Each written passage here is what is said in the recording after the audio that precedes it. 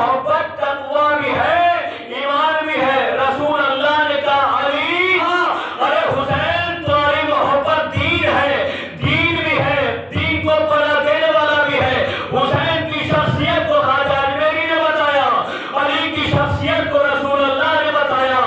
علی اگر تم سے کوئی بغض کرتا ہے تو وہ منافق ہے۔ اب مجھے جملہ کہنے دیجئے کہ جس نے حسین کو چھوڑا خواجہ اجمیری کی نظر میں اس نے دین کو چھوڑ دیا، اور جس نے علی کو چھوڑا اس نے ایمان کو چھوڑ دیا۔ صلوات پڑھے محمد صلی اللہ محمد وآل محمد۔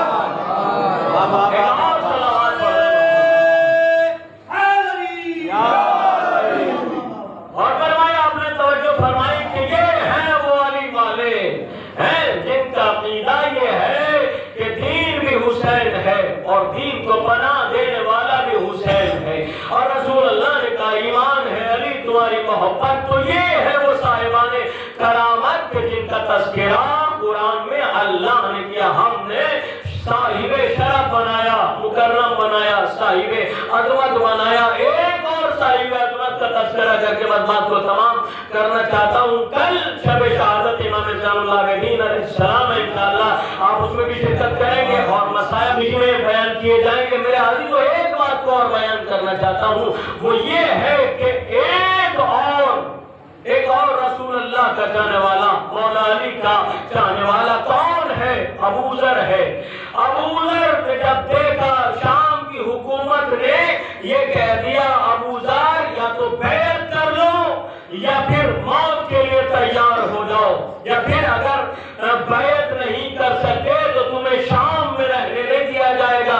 جناب ابو ذر نے ہجرت کرنا پسند فرمائی، جناب ابو ذر نے ہجرت کرنا پسند کر لی مگر بیعت کرنا پسند نہیں کیا۔ میرے عزیزو آ گئے مدینے میں، آنے کے بعد یہاں پر بھی کچھ لوگ جمع ہو گئے، حاکم وقت کے کچھ آ گئے ساتھ سپاہی، اور آنے کے بعد کہتے ہیں اے ابو ذر حاکم وقت کی بیعت کرنا ہوگی، تیسرے خلیفہ کی بیعت کرنا ہوگی۔ کہا میں خلیفہ کسی اور کو نہیں علی بن ابی طالب کو مانتا ہوں، چونکہ رسول اللہ نے غدیر کے میدان میں کہہ دیا تھا کہ میں تمہارا مولا ہوں یا میرے بعد تمہارا مولا علی ہے، میں اپنا حاکم اپنا سرپرست کسی اور کو نہیں مانتا، رسول اللہ کا جانشین جو مانتا ہوں میں علی کو مانتا ہوں۔ میں آج کسی اور کے ہاتھ پر بیعت نہیں کر سکتا، میں کسی کے ہاتھ پر بیعت نہیں کر سکتا۔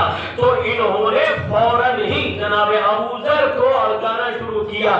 ابو ذر جانتے ہو کہ اگر حکومت کی مخالفت کرو گے تو تم جانتے ہو کہ اس کا نتیجہ کیا ہوگا۔ کیا نتیجہ ہوتا؟ تنگ دستی میں مبتلا ہو جاؤ گے۔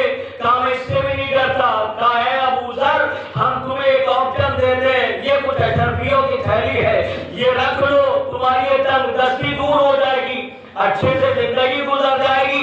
جناب ابو ذر کہتے ہیں مجھے تنگ دستی سے ڈرا رہے ہو، میرے رسول اللہ نے مجھے نسخہ دیا ہے وہ تنگ دستی سے بھی کہیں زیادہ بالا ہے، اس تنگ دستی سے دور رہنے کے لیے وہ نسخہ کافی ہے۔ کہا کیا بتلایا تیرے رسول نے؟ کہا میرے رسول نے یہ بتلایا تھا کہ اگر نماز مغرب اور عشاء کے درمیان سورہ واقعہ پڑھو گے تو تنگ دستی سے محفوظ رہو گے، تنگ دستی سے محفوظ اگر سورہ واقعہ پڑھو گے۔ جناب ابو ذر نے پیغام بھی دے دیا، بدلا بھی دیا کہ رسول اللہ نے تنگ دستی سے بچنے کا ایک جو نسخہ دیا ہے وہ یہ دیا ہے کہ اگر سورہ واقعہ کو پڑھا جائے تو اللہ تنگ دستی میں انسان کو مبتلا نہیں کرتا۔ کہ ابو ذر اگر ان سب چیزوں کو قبول نہ کرو گے تو پھر سمجھ لو کہ تم کو ربطہ جانا ہوگا۔ آخری بات ربطہ جانا ہوگا۔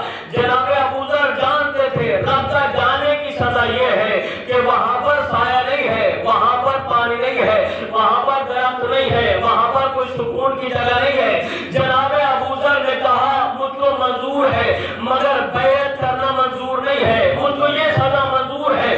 اپنی بیٹی کو لے کر ربضہ چلے گئے اور اپنی بیٹی سے وصیتیں کی بس میری موت یہیں پر واقع ہو جانے والی ہے، کیونکہ میرے رسول اللہ نے بتلایا تھا اے ابو ذر تجھے اہل بیت کی